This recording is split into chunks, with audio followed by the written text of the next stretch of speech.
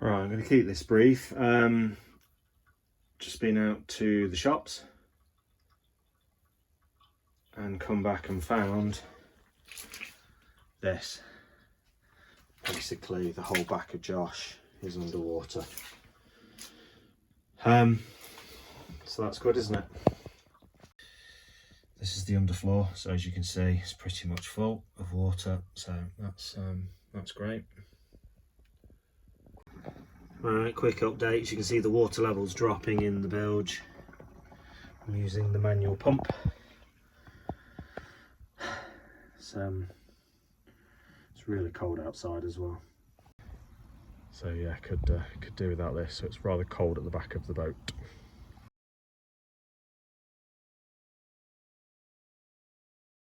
So the water level is dropping. I don't know if that's, so this bit here is sort of dryish, where previously it was drenched. You're still going to get your feet very, very wet walking in that, so that's underwater still. But anyway, carry on, onwards and upwards. Okay, by way of updates, 3 hours later, by the way, I've been at it non-stop for 3 hours. As you can see, I've got practically all of the water out of the inspection hatch in the bathroom. And instead, I've moved into the galley, which is now absolute carnage. So I've drilled a hole in the floor. Look at the colour of the floor. So that's what wet marine ply looks like. So I've drilled a hole in the floor, which is allowing me to get the manual pump end in. So rather than a full-on inspection hatch at this point, I'm going to drill a hole here. Well, I have drilled a hole there. And I've probably got, I don't know how much water have I had out of that now. Probably about 50 litres of water out of there.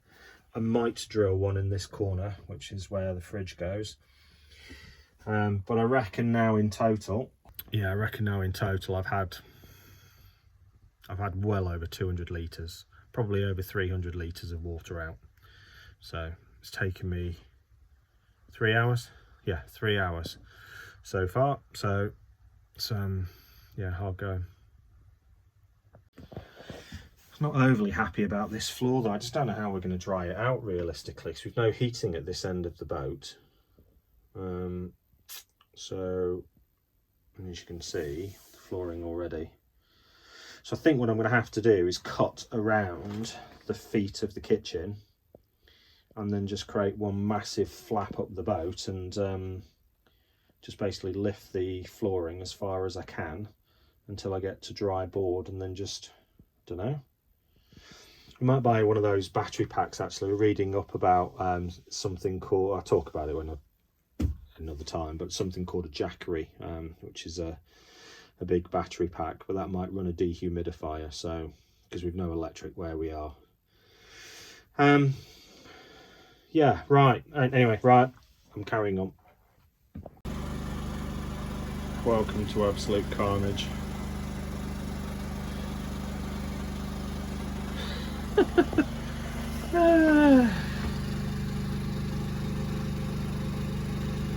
can you say? Anyway, on good news, the floor has dried miraculously well. I've got hold of this, all these dehumidifier, but we've only had it plugged in for 5 minutes, but actually, I'm not even sure if it's fully needed, are you, dear? No. Oh. I can't believe how this is dried out. No, it's astonishing. We've just got the problem under the units, haven't we? Yeah, so the problem that Sue is alluding to, I'm trying to fix currently here, look at my technical work, is that under the lino it's still wet, so we think we're going to have to cut around all of the feet of the kitchen and remove that, but it will never go back again properly, so that just creates a problem. So we're hoping that we might be able to just dry the floor out doing this, but well, we don't know we can't yet. No, indeed. Stay positive. We don't have to step over this every time. So I could have just cut the lino between the two walls, and then we could roll, and still might end up doing that actually, and just roll that out of the way, but to avoid that cut, which would be visible, I've managed to sort of get the oven and the fridge out. Oh, this is so yeah, so what are we doing here? Sorry, no, right. stay concentrate. So I managed to get the oven and fridge out, which has allowed us to get the flooring out. Yeah, and keep that in one piece, but one of us is going to trip over that in the not too distant. Kitchen cupboards, just carnage everywhere. Generator hired, thank you. Who do we get that from?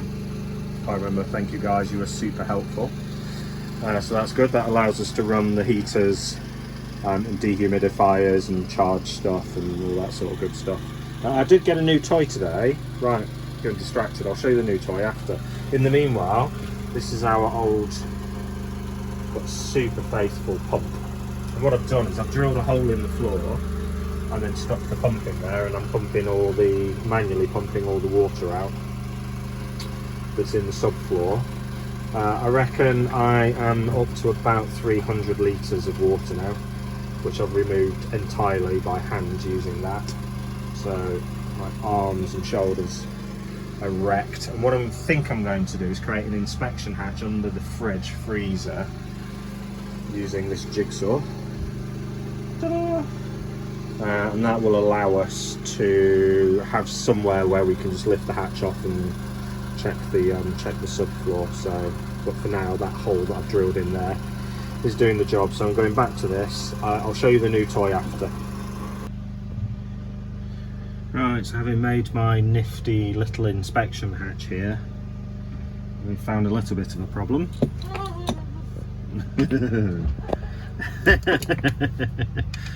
Right, inspection hatch up. Oh dear. There's a lump of insulation on the under the floor. Oh, that's why you have to find your inspection hatches, isn't it? And there's the paving slab ballast.